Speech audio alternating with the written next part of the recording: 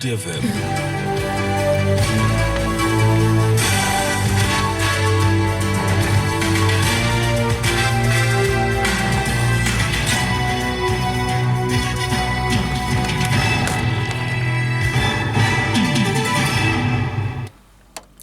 Abadavunane bakubiye okutuma embi mu radio omusango gumusinze bagenda muti omulira lwakuna. Essaawa ziweze 11 wezakawungezi kona ku lwaliro osibyeto mulungi awuliriza gano ge mawulire ag'essaawa zino mu Luganda okuvaana ku Soota FM ffe mu Nnyongo okusomera ag'essaawa eno yenze Ssentongo Frederick Lugomvu. Abaka ba Parliament bakayi bagalamye ka Chancellor University enkulu y'eggwanga ey'Amakerere Professor Barnabas Nawangwale kulire lwakulemwa kukola ku nsonga ezikalakasa abayizi ekyabaviiriddeko okubanga bekalakasa sabbiiti namba kyenkana. Ababaka okuli Paulo Mweru, James Achidri, Latif Sebagala, Muhammad Muwanga Kivumbi, Florence Namayanja, Barnabas Tinkasimire, ne Gerard Karuhanga be bakulembeddemu kaweefube bwabwe okubanga basindiikiriza Vice Chancellor Nawangwale kulire. Kino kidiridde ebikolwa ebyakoleddwa abasirikale abamilitale abalumbye ekisulo ky'abayizi ekya Lumumba ne bayingira mu bisenge by'abayizi ebyasobye mu nkaaga gye baba kukunudde mu budde obw'ekiro ne babayisa mu mbeera enzibu ddala abaka kye bagambye nti byonna byavudde ku bukulembeze bwa Nawangwa obubi. Omubaka wa Maracha County James Achidri agambye nti abayizi okwekalakaasa ddembe lyabwe era nga booleka embeera yaabwe nti ddala tebajja kusobola kusasula nsimbi ezayongezeddwa n'ebitundu 15 ku buli 100 nga kyabadde kyetaagisa kuba nti babawendulira ate abajaasi. Is not qualified to lead Makerere. He will do a better job in leading an institution like Shankwanji because you cannot intimidate intellectuals and believe you will succeed. Makerere is a very old institution that will outlive all those individuals who are bent on trying to destroy it. I can assure all of them that will eventually go away and leave Makerere, and Makerere will continue to prosper. Omubaka Gerard Karuhanga agamba nti embeera eri ku University y'eggwanga eswaza ggwanga ne gavumenti era nga kyekiseera okuba nti gavumenti yekuba mu kifuba ng'aginenyeza olw'okusindika abajaasi b'emmundu mu bayizi ababadde beekalakasa n'ebipande obupande. During a means time where they picked students from their halls of residence and crashed their doors, crashed their materials, also went for the same students, breaking their legs, torturing them, some even raped, some pierced with a knife, and because of a student who has come up with a placard. Iyo mbaka Florence Namayanja owa Bukoto East mu Parliament y'eggwanga agamba nti embeera eyayisiddwamu abayizi awatabadde okusosola omuli ne baluyongoyonga abawala bw'abadde bulumbaganye eri ekitonde ekikazi mu ggwanga nga nabwe kityo tebayinza kutuula butuuzi.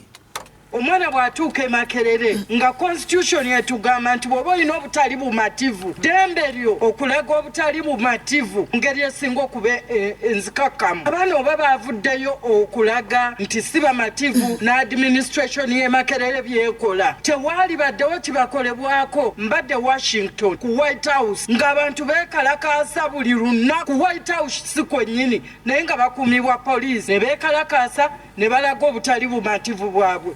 Kiki ekyatuuka mu Uganda? Ate b'abakulembeze b'abakyala mu kibiina ekya Uganda Young Democrats wansi w'ekibiina ekya Democratic Party baagala buli mukuumaddembe yanyigidde mu bikolwa bino eby'okutulugunya abayizi ku University y'e Makerere akangavulwe nga ye.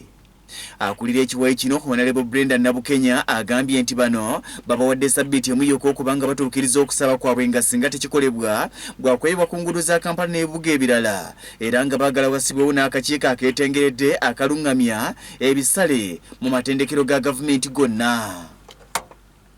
Tubawadde wiiki emu okurespondinga ku demand zaffe bwe batakikole batumanyi tetugendagenda mu university netugenda balaga ki ekisoboka okukolebwa so that they respond to this. Police twabalaba buli wamu ne military ba individuals abali involved ababirimu nabo batwalibwe mu bukiiko bwabwe. Tusaba bwe bassaawo olukiiko luno olunyonyereza n'abaana babawe. N'olwekyo ezo ze demand zaffe ate tuli serious.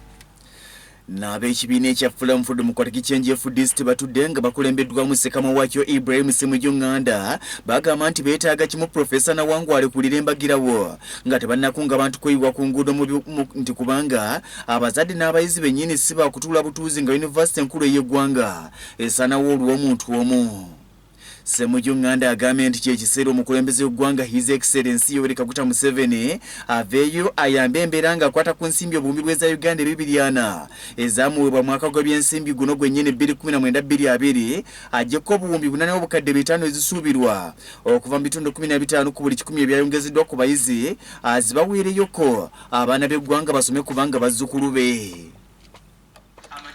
Barracks. Abaana bonna abatulugunyizibwa ne bafuna ebisago University eteeka okubasasulira obujjanjabi bwabwe bateeka okukkirizibwa okudda mu University awataliwo okukwakulizo konna. Ono Nawangwa afuukidde Makerere ekizibu yali badde yalikulidde dda University neefuna omuntu asobola ogikulembera n'amanya nti University be bayizi ndowooza ye Nawangwa bw'alaba Makerere alowooza bizimbe. Gavumenti eteeka okunoonya ssente ezinaasobola okuyimirizaawo Makerere eggaddwawo buli omu ali ku bunkenke lwa biliyoni 4. Naye nga Mwami Museveni ye ssente zatambula nazo mu bikutiya ezogabako kale lwaki takwatibwa ekisaaba naye Makerere wakiinaabawa ku ezo.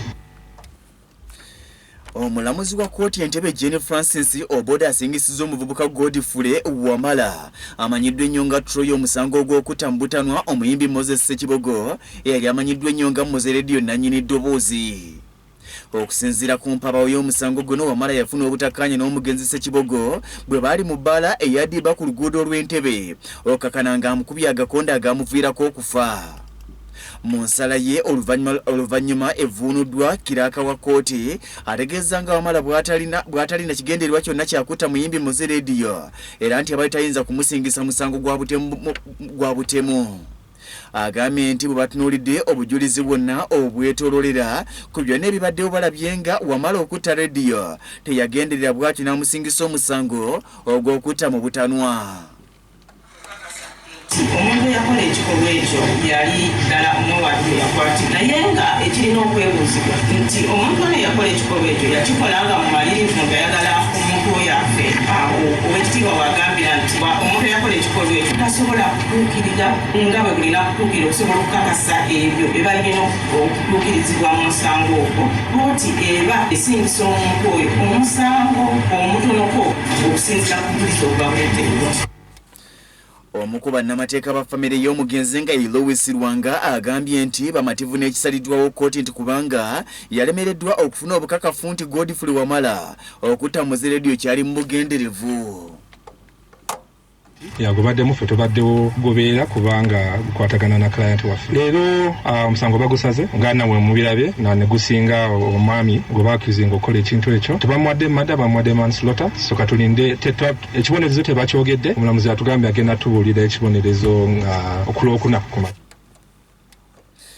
Oluvannyuma lw'omuyimbi Robert Kyagulanyi Ssentamu amanyiddwa ennyo nga Bobi Wine era nga mbaka Paalamenti owa Kyaddondo East okusibwako ekkolego obutaddamu kutegeka wadde okwetaba mu kivulu kyonna eky'okuyimba ekitongole kivunaanyizibwa ku byobuwangwa n'ennono ki Uganda National Cultural Center nakyo kimujja ku lukalala lw'abo abagenda okwetaba mu bikujjuko ebyobuwangwa ebitegekeddwa okubaawo omwezi ogujja.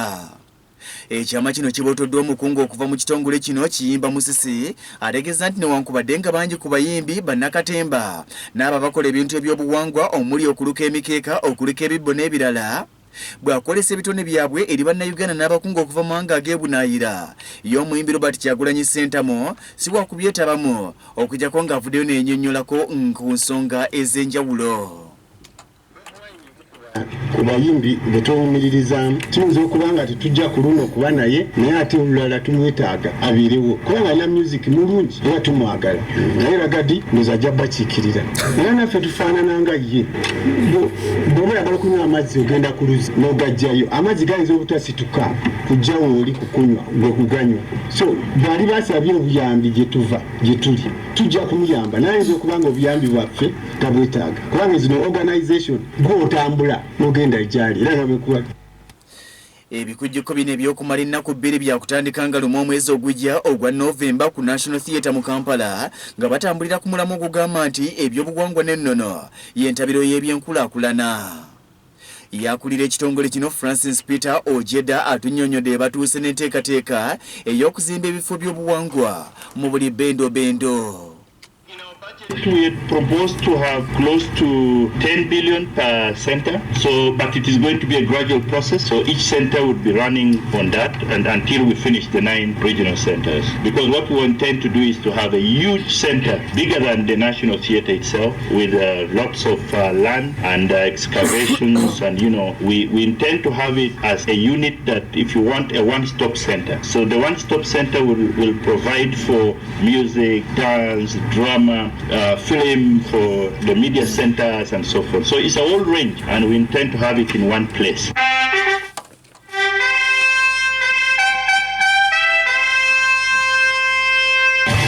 Atanayitaayita yatenda nnyina okufumba. Soul FM gyeyitidde ekusokooleddeyo bino.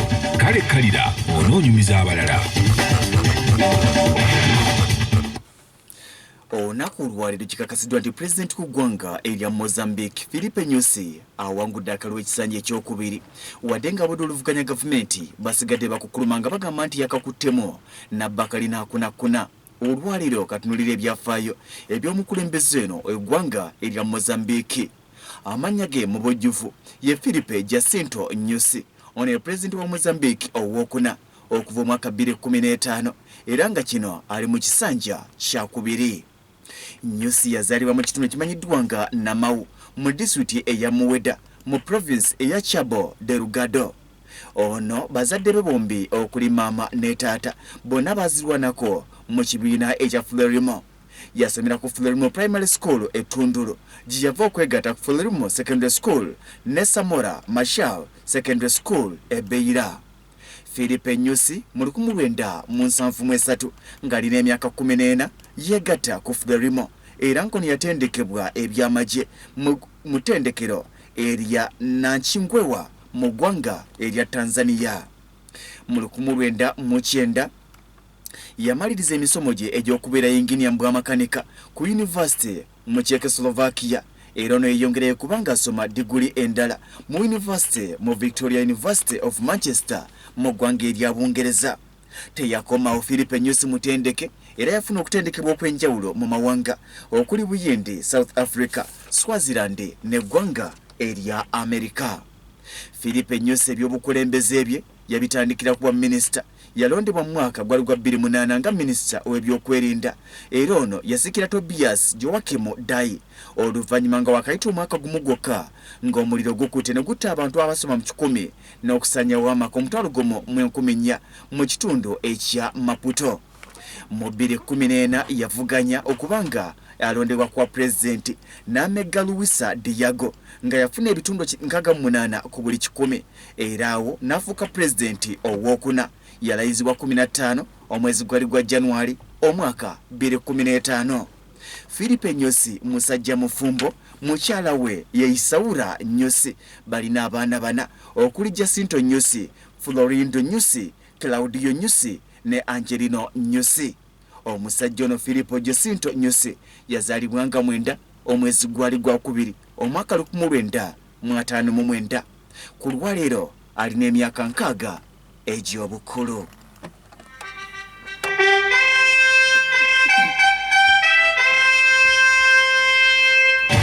Ako ke kabadde akanyumero kaffe atannayitaayita ku Soul FM. Omulungi awuliriza ge gabadde amawulire ag'essaawa zino nkwagaliza akaseera akalungi n'okusigala ng'owuliriza Soul FM ffemu nnyo. Yenze Ssentongo Frederick Lugonvu tokyusa kalimiko. Gabadde amawulire ku Soul FM.